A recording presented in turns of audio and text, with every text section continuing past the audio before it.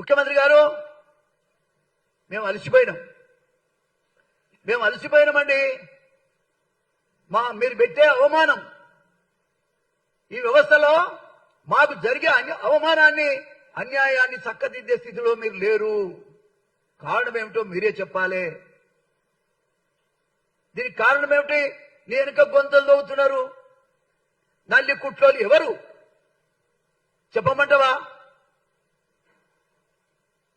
అరే ఏం మాట్లాడుతున్నావా? నీ గవర్నమెంట్ కూలిపోవడానికి చాలా సిద్ధంగా ఉంది.